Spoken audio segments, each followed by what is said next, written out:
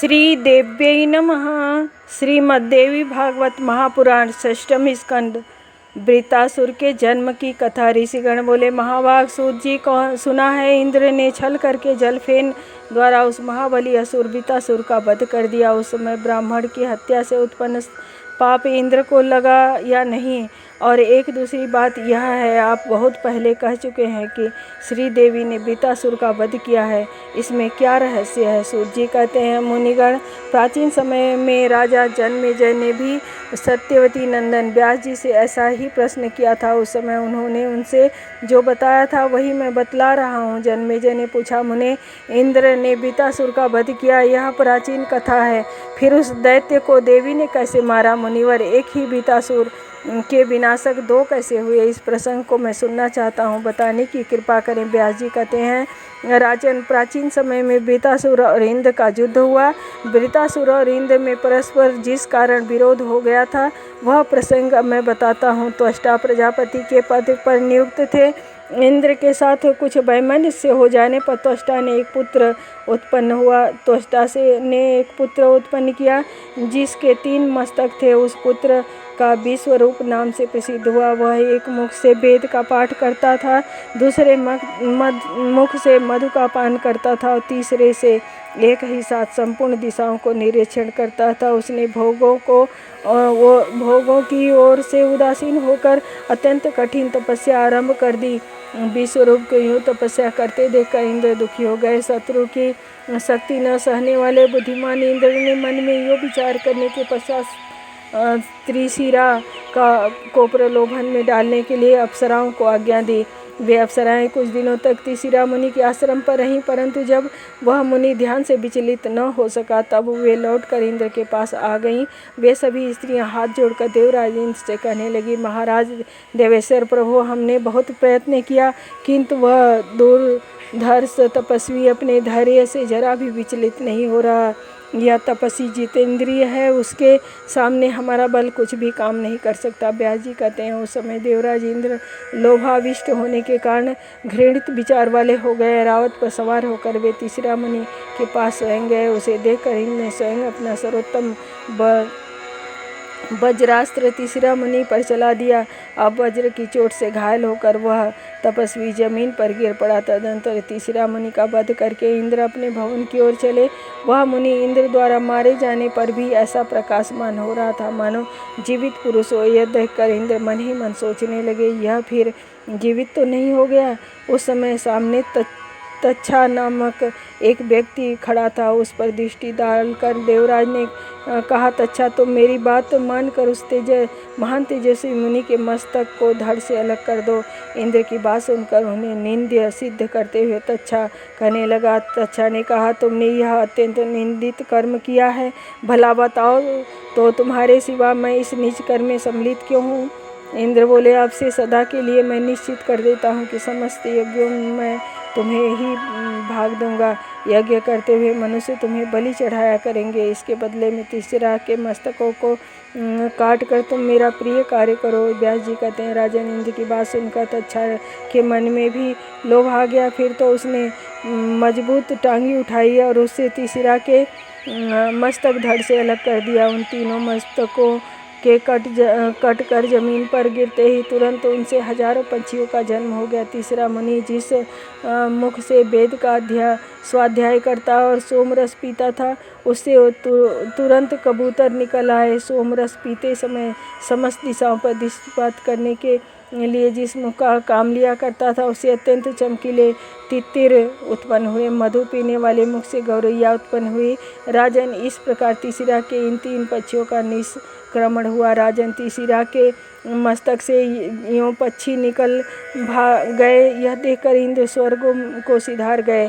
उधर त्वष्टा ने जब सुना कि मेरा परम धार्मिक पुत्र मार डाला गया, तब उनके मन में क्रोध की सीमा न रही। उन्होंने यह वचन कहा, मेरा पुत्र एक पुण्यात्मा मुनि था जिसके द्वारा वह मारा गया, उसके वध के लिए मैं पुनः पुत्र उत्पन्न करूंगा। इस प्रकार कहने के पश्चात त्वष्टा ने पुत्र उत्पन्न होने के उद्देश्य से अथर्ववेद के मंत्रों का उच्चारण करके अग्नि में हवन करना आरंभ किया। 8 रात्रियों तक हवन होता रहा। अग्नि प्रचंड लपटों से धधकती रही। तदंतर उस अग्नि के से एक पुरुष प्रकट हो गया जो अग्नि के समान ही प्रकाशमान था। वह त्वष्टा के सामने खड़ा हो गया।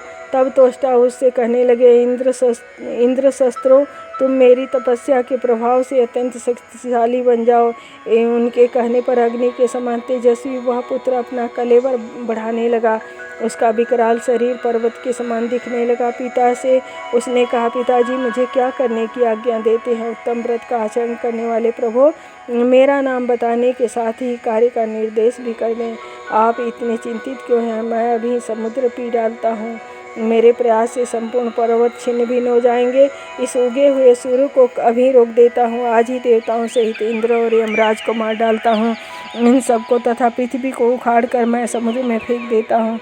पुत्र के ऐसे अनुकूल वचन सुनकर त्वष्टा के आनंद की सीमा न रही। अतः पर्वताकार शरीर वाले उस पुत्र से कहने लगे, पुत्र तुम इस समय मुझे वृजन अर्थात संकट से बचाने में समर्थ हो, इसलिए वृत्त नाम से जगत में तुम्हारी प्रसिद्धि होगी। महाभात तुम्हारा तीसरा नाम से विख्यात तपस्वी भाई इंद्र ने वज्र से मारकर उसका मस्तक काट डाले।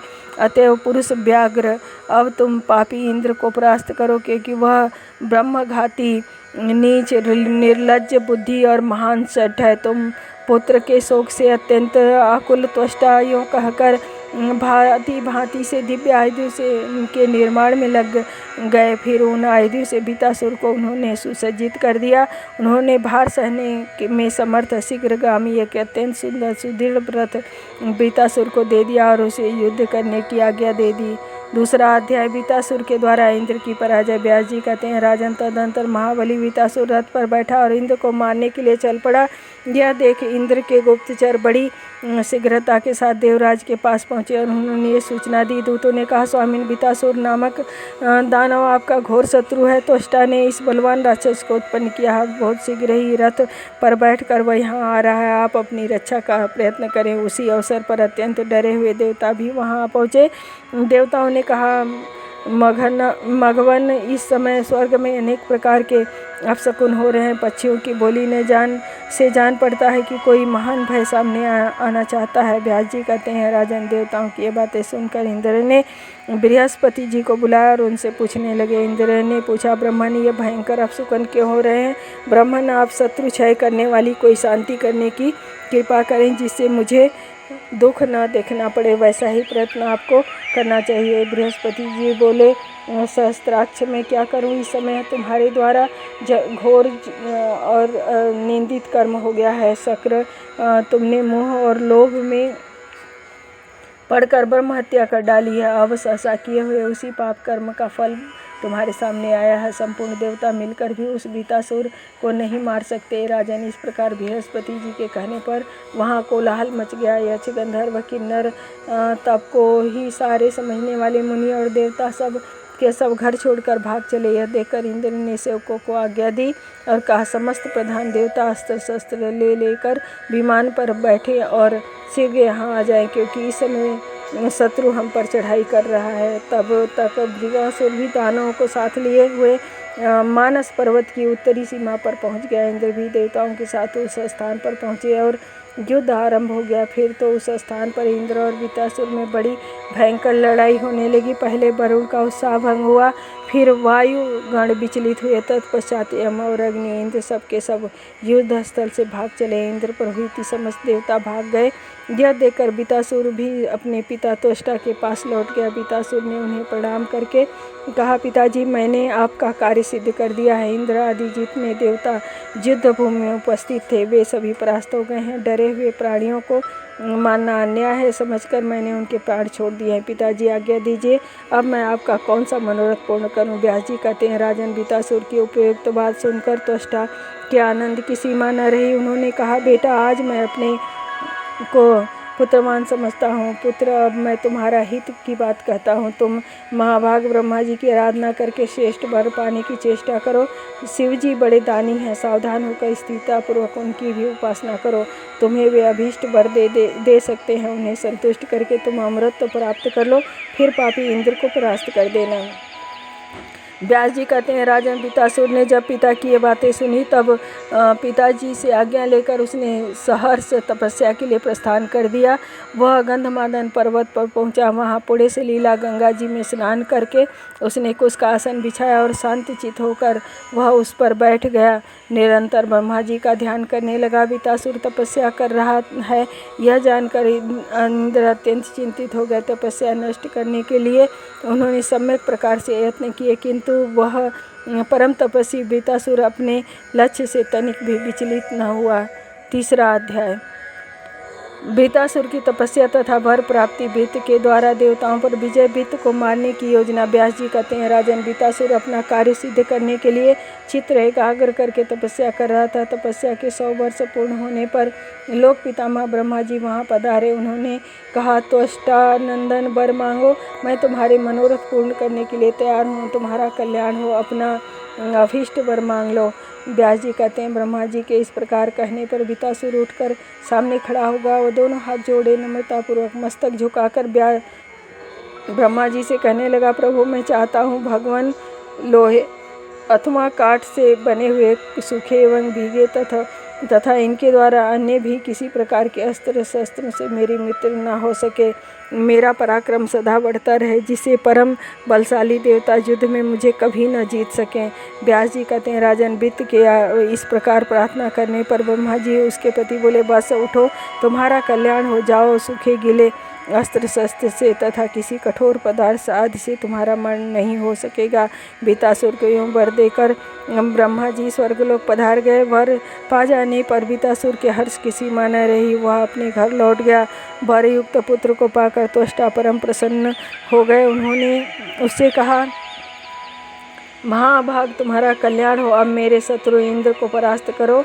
इंद्र बड़ा पापी है, तुम जाओ और उसके प्राण हर लो। व्यास जी कहते हैं, राजन त्वष्टा की बातें सुनकर अत्यंत दुर्जय वृतासुर रथ पर सवार हो तुरंत पिता के भवन से निकल पड़ा। उस समय उसकी विशाल सेना की गर्जना से अमरावती भयभीत हो उठी। इंद्र ने तुरंत संपूर्ण लोकपालों को बुलाया और उन्हें युद्ध करने की आज्ञा दी। तदंतर देवताओं और दानवों में भयंकर लड़ाई छिड़ गई। इस प्रकार का भयंकर संग्राम छिड़ जाने पर वृतासुर ने अकस्मात इंद्र को पकड़ा और उन्हें वस्त्र एवं कवच आदि से रहित करके मुख में डाल लिया। इंद्र ने वृतासुर के मुँह में चले जाने पर संपूर्ण देवता अत्यंत व्याकुल होकर बृहस्पति जी से कहने लगे, देवर आप हमारे परम गुरु हैं, बताइए अब क्या करना चाहिए। वृतासुर ने इंद्र को निगल लिया है। प्रभु आप इंद्र का उद्धार होने के लिए शीघ्र ही कोई अनुष्ठान करने की कृपा करें। बृहस्पति जी ने कहा, देवताओं वृतासुर प्रबल शत्रु है, इसने इंद्र को मुख में डाल दिया है, परंतु अभी वे जीवित हैं। व्यास जी कहते हैं, राजन फिर आपस में विचार करके देवताओं ने बृहस्पति जी की सम्मति से शत्रु का संहार करने वाली महाबलवती जम्हाई का सृजन किया। वृतासुर को जम्हाई आई और उसका मुख खुल गया। इंद्र अपने अंगों को समेटकर उसके मुख से तुरंत बाहर निकल आए। इसके बाद फिर युद्ध आरंभ हो गया। वृतासुर की शक्ति जब अधिक बढ़ गई तब उसके तेज से फीके पड़ जाने वाले इंद्र परास्त हो गए। फिर तो इंद्र प्रभृति सब देवता युद्ध भूमि छोड़कर भाग चले। सारे देवता पर्वतों की कंदराओं में जाकर बड़े कष्ट के साथ समय व्यतीत करने लगे। अब उन्हें यज्ञ के भाग मिलना भी बंद हो गया था। भारत तदंतर इंद्र सहित वे देवता कैलाश पर्वत पर गए। वहाँ भगवान शिव विराजमान थे। उन्होंने उन्हें प्रणाम किया। हाथ जोड़कर बड़ी नम्रता के साथ कहने लगे, देवदेव महादेव कृपा सिंधु महेश्वर, हम वृतासुर से परास्त हो गए हैं। भगवान हमको घोर कष्ट पा रहे हैं, हमारी सहायता करने के विचार से आप उसे मार डालने की कृपा करें। भगवान शिव ने कहा, ब्रह्मा जी को आगे करके संपूर्ण देवता श्री हरि के स्थान पर चले और हम सब मिलकर उनसे पूछें कि वृतासुर का वध किस उपाय से होगा, क्योंकि वे जनार्दन भगवान वसुदेव शरण देने में कुशल तथा कृपा के समुद्र हैं। अतः संपूर्ण कार्य संपन्न होने के लिए उनके पास चलना आवश्यक है। व्यास जी कहते हैं, राजन यो विचार कर ब्रह्मा शिव और इंद्र आदि संपूर्ण देवता भगवान विष्णु के स्थान को प्रस्थित हुए। वहाँ जाकर उस सब ने भगवान विष्णु की वेद में कहे हुए पुरुष सूक्त से स्तुति स्तुति आरंभ कर दी। तब रमापति श्रीहरि उनके सामने प्रकट हुए। फिर उनसे पूछने लगे, आदरणीय देवताओं, तुम सभी एक एक लोक के अधिष्ठाता हो, ब्रह्मा और शंकर को साथ लिए हुए यहाँ कैसे पधारे?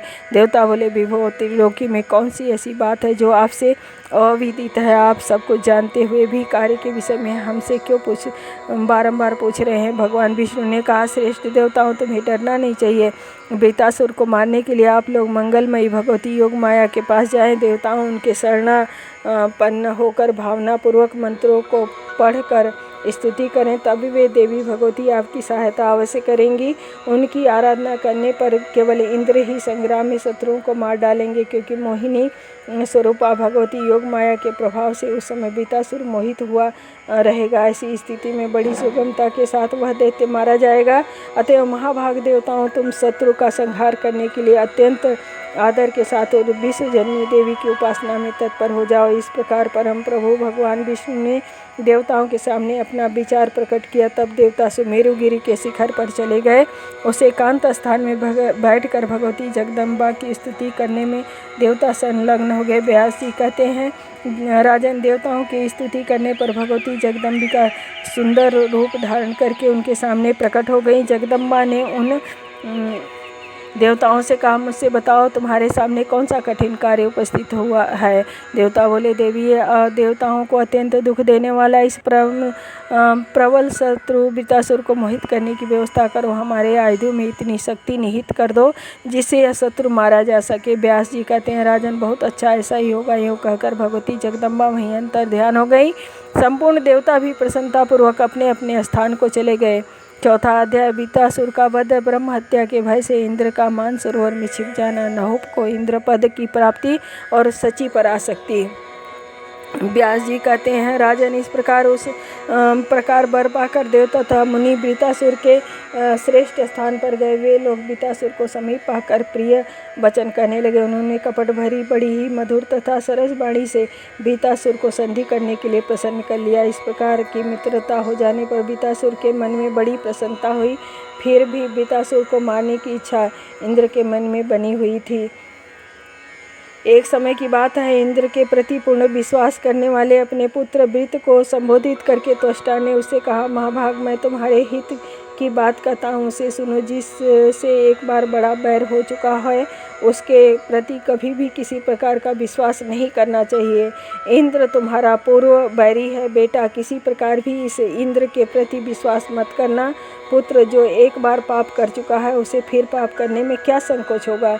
व्यास जी कहते हैं, राजन, इस प्रकार की हितपूर्ण बातें कहकर त्वष्टा ने वृतासुर को भली भांति समझाया, किंतु मौत के सिर पर सवार हो जाने के कारण उसने उन बातों का ध्यान नहीं दिया। एक समय की बात है, इंद्र ने वृतासुर को समुद्र के तट पर देखा। उस समय अत्यंत भयंकर संध्या काल की वेला बीत रही थी। इंद्र ने सोचा, इस समय भयंकर संध्या सामने उपस्थित है, इसे न रात माना जाता है न दिन ही।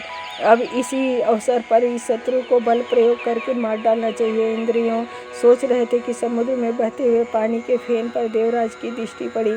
सोचा, यह फेन न सूखा है न गीला है, इसे शस्त्र भी नहीं कहा जा सकता। फिर तो कौतूहलवश इंद्र ने उस फेन को हाथ में उठा लिया। साथ ही अपार श्रद्धा प्रकट करते हुए उन्होंने परमाशक्ति भगवती को ध्यान का लक्ष्य बनाया। चिंतन करते हुए भगवती वहाँ पधारी और उन्होंने उस फेन में अपना अंश स्थापित कर दिया। भगवान विष्णु तो वज्र में प्रवेश ही कर चुके थे। उस वज्र को फेन से ढक दिया गया। इंद्र ने ऐसे फेन युक्त वज्र को वृत्त पर फेंका। उसके लगते ही वज्र से कटे हुए पर्वत की भांति वह दानव एकाएक जमीन पर गिर पड़ा। उस क्षण उसके प्राण प्रयाण कर गए। तब इंद्र के आनंद की सीमा न रही। इस प्रकार पराशक्ति के प्रवेश किए हुए फेन द्वारा वृतासुर को मारने में इंद्र बड़ी सुगमता से सफलता प्राप्त कर सके।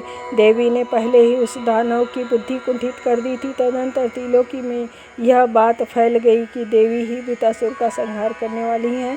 उन्होंने इंद्र के द्वारा इसे मरवाया था, अतएव इंद्र ने इसका वध किया है। यूँ कहा जाता है, भारत इंद्र ने मेरे पुत्र वित्त को मार डाला। यह अप्रिय समाचार सुनकर त्वष्टा महान शोकाकुल होकर मित्रघाती पापात्मा इंद्र को शाप देने को तैयार हो गए। उन्होंने कहा, जिस प्रकार अनेक प्रतिज्ञाओं के प्रलोभन में डालकर इंद्र ने मेरे पुत्र का वध कर दिया, वैसे ही अब महान दुख का भागी बने इंद्र को यूँ शाप देकर अत्यंत संतप्त हुए त्वष्टा सुमेरु पर्वत के शिखर पर चले गए और वहीं रहकर उन्होंने महान दुष्कर तपस्या आरंभ कर दी। व्यास जी कहते हैं, महाभाग वित्त वध के बाद सब लोग अपने अपने स्थानों को चले गए। उस समय इंद्र का तेज बिल्कुल क्षीण हो गया था। यह इंद्र ब्रह्मघाती है, यूँ धीरे धीरे कहकर संपूर्ण देवता उनकी निंदा करने लगे। संपूर्ण सिद्धियों के घर में रहते हुए भी इंद्र के मन में शांति नहीं थी। यह स्थिति देखकर इंद्राणी ने उससे पूछा, प्रभु, आपका भयंकर शत्रु मार ही डाला गया, फिर आप इतने भयभीत क्यों हैं? इंद्र ने कहा, रागी, यद्यपि कोई बलवान शत्रु मेरे सामने नहीं है, तथापि ब्रह्म हत्या के भय से मुझे सुख है और न शांति है, न सुख है न शांति है। प्रिय, इसी चिंता से व्यग्र रहने के कारण मेरे अंतःकरण में आग धधक रही है। व्यास जी कहते हैं, राजन, अपनी प्रेयसी भार्या सची से उपयुक्त बातें कहकर इंद्र घर से निकल पड़े और मानसरोवर पर जाकर एक कमल के नाल में छिप गए। राजन, जब ब्रह्म हत्या के भय से दुखी होकर इंद्र वहाँ से चले गए, तब देवताओं का मन चिंता से अत्यंत संतप्त हो उठा। उपद्रवों से अभिभूत सारे जगत में कोई शासक नहीं रहा।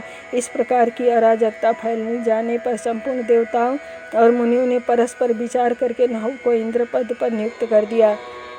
एक समय की बात है, शची के गुणों को सुनकर उन्हें पाने के लिए नहुष के मन में इच्छा उत्पन्न हो गई। अतः उसने ऋषियों से कहा, देवताओं, आप संपूर्ण लोगों ने ही इस समय मुझे इंद्र बनाया है, अतः मेरी सेवा करने के लिए शची को भी यहाँ भेज दें। वे इंद्राणी के पास गए और मस्तक झुकाकर कहने लगे, इंद्राणी जी, दुरात्मा नहुष अब आपको पाने की इच्छा प्रकट कर रहा है। देवताओं और ऋषियों द्वारा नहुष की यह प्रिय बात सुनकर शची का मुख मुरझा गया। वे बृहस्पति से कहने लगी, ब्राह्मण, मैं आपकी शरण में आई हूँ, नहुष से मेरी रक्षा कीजिए। बृहस्पति जी ने कहा, देवी, पापांध नहुष से तुम किंचित मात्र भय मत करो। बद से सनातन धर्म का परित्याग करके मैं तुम्हें उसके पास नहीं जाने दूंगा। पृथु श्रोणी, तुम शांति चित्त होकर विराजमान रहो। अध्याय 5वां। देवताओं का बृहस्पति जी से परामर्श। इंद्राणी पर देवी की कृपा, नहुष का पतन तथा उसे सर्प योनि की प्राप्ति। व्यास जी कहते हैं, राजन, तदनंतर नहुष ने सुना कि शची बृहस्पति जी की शरण में चली गई हैं। तब वह उनके ऊपर झल्ला उठा और नहुष ने कहा, देवताओं, शची मेरे पास आ जाएं। ऐसा करने से तुम्हारी तो बड़ी भलाई होगी, वह भी परम सुखी हो जाएगी। किसी भी उपाय का प्रयोग करके तुम अति शीघ्र शची को यहाँ लाने का प्रयत्न करो। वे देवता और मुनि बृहस्पति जी के आश्रम पर गए और उन्होंने सब बातें उनको सुना दी। व्यास जी कहते हैं, देवताओं की बात सुनकर बृहस्पति जी ने उन्हें उत्तर दिया, परम साध्वी शची मेरे यहाँ शरणार्थी बनकर आई है, मैं इनका त्याग नहीं करूँगा। एक उपाय है, एक बार शची राजा नहुष के सामने जाए और उससे कहे कि मैं तुम्हारी सेवा अवश्य करूँगी, परंतु पहले यह पता लगा लूँ कि मेरे पति जीवित तो नहीं हैं। इंद्राणी को चाहिए कि इस प्रकार कहकर नहुष को धोखा में डाल दे, फिर जैसा मैं बताऊं उसके अनुसार पति देव को ले आने का प्रयत्न करना चाहिए। इस प्रकार आपस में परामर्श करके जितने भी देवता थे वे सबके सब शची को साथ लेकर नहुष के पास पहुँचे। नहुष ने देखा कि देवता आ गए और साथ में शची भी है। तब वह शची से कहने लगा, प्रिय चारुलोचने, इस समय मैं इंद्र के पद पर प्रतिष्ठित हूँ। देवताओं ने मुझे यह गौरव प्रदान किया है, अतः अब तुम मेरी सेवा में आ जाओ। नहुष को यूँ कहने पर इंद्राणी उससे कहने लगी, देवेश्वर के पद पर शोभा पाने वाले नरेश उस समय तक प्रतीक्षा करें जब तक कि मैं यह निर्णय न कर लूँ कि मेरे पति इंद्र जीवित हैं या नहीं, क्योंकि इस बात का संदेह मेरे मन में बना हुआ है। शची ने जब इस प्रकार नहुष से कहा तब बहुत ठीक है, ऐसा ही हो कहकर नहुष ने शची देवी को वहाँ से जाने की आज्ञा दे दी। उससे छुटकारा पाने पर इंद्राणी तुरंत देवताओं के पास गई और उनसे कहा, आप लोग बड़े उद्यमशील पुरुष हैं, अब मेरे पतिदेव को यहाँ लौटा लाने का प्रयत्न कीजिए।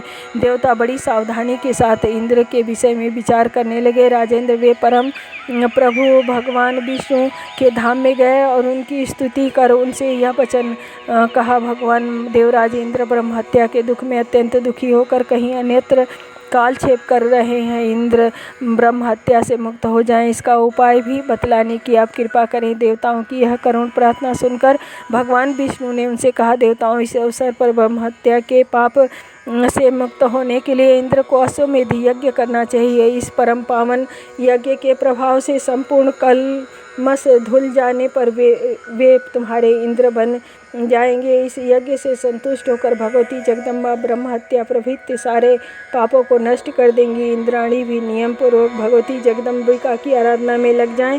इंद्र भी अश्वमेध यज्ञ के प्रभाव से पुण्यात्मा बनकर अपनी संपत्ति प्राप्त कर लेंगे। अमित तेजस्वी भगवान विष्णु की यह पवित्र वाणी सुनते ही बृहस्पति जी को अपना अगुआ बनाकर वे उसी अविगत स्थान पर चले गए जहाँ इंद्र कालक्षेप कर रहे थे।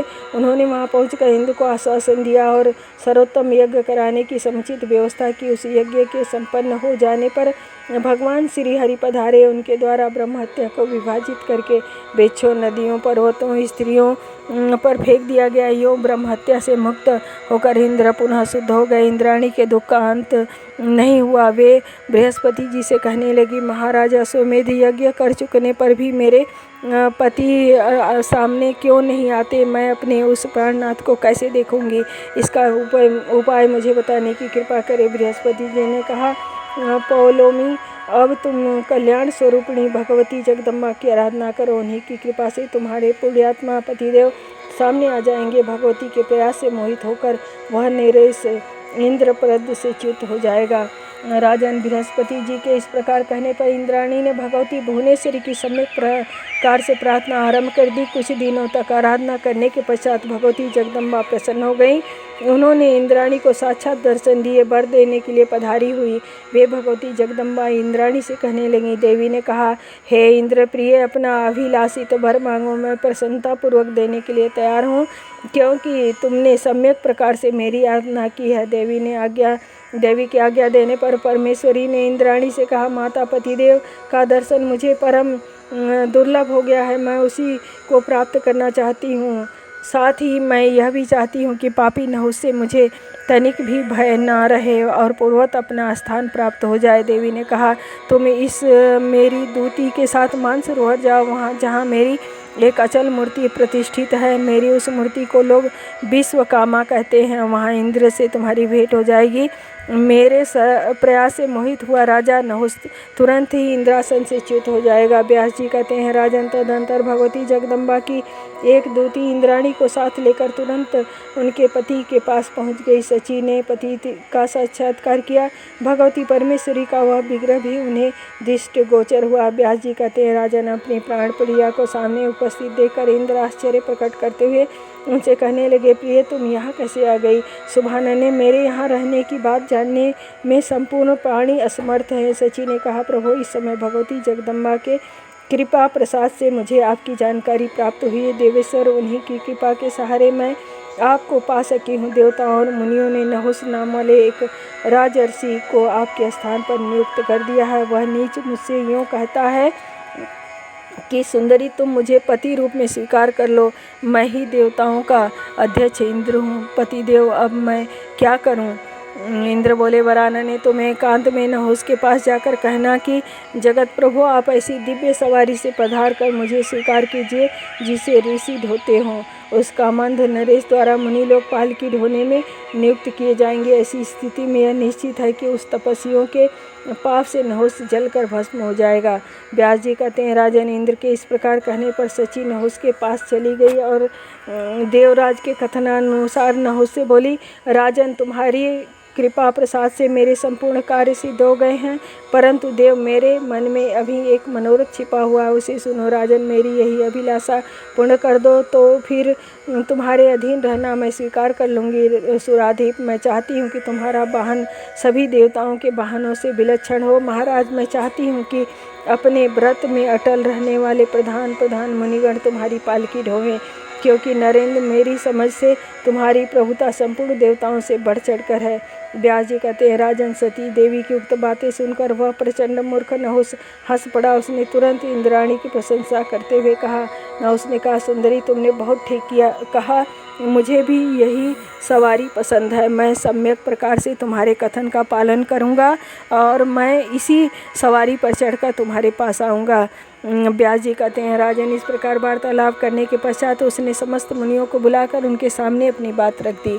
नहुस ने कहा, विप्रो, अब इंद्र कहलाने का सौभाग्य मुझे प्राप्त है, परंतु इंद्राणी अभी मेरे पास नहीं आ सकें। उसने प्रेम पूर्वक मुझसे कहा है, देवेंद्र मुनिगण जिस सवारी को चलावें उस पर चढ़कर आप मुझे पाने के लिए पधारिए। आदरणीय मुनियों, मेरा यह कार्य अत्यंत कठिन है, पर आप बड़े दयालु हैं। मेरा यह कार्य सम्यक प्रकार से सिद्ध हो, आप वही करें। राजन, उन श्रेष्ठ ऋषियों में अगस्त्य सबसे प्रमुख थे। कृपालु होने के कारण वैसा ही करने के लिए वह सम्मत हो गए। नहुस तुरंत एक परम मनोहर पालिकी पर बैठा और दिव्य मुनियों को उसे ढोने के लिए नियुक्त करके सर्प अर्थात चलो चलो यूँ कहने लगा। उस समय कामातुर हो जाने से नहुस की बुद्धि मारी जा चुकी थी। उसने अगस्त्य के मस्तक पर अपने पैर से मार दिया।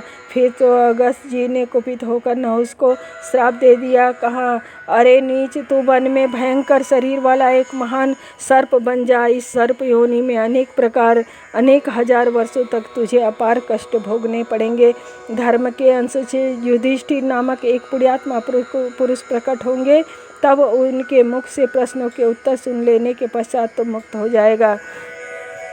व्यास जी कहते हैं, इस प्रकार मुनिवर अगस्त्य जी के शाप दे देने पर राजर्षि नहुस की आकृति सर्प के समान बन गई और वह स्वर्ग से गिर पड़ा। सभी देवता भी मुनियों सहित उसी मानसरोवर पर इंद्र के पास गए और उन्होंने इंद्र को स्वर्ग में ले जाने की व्यवस्था की। इसके बाद देवताओं और मुनियों ने उन्हें आसन पर विराजित कर मंगल अभिषेक किया।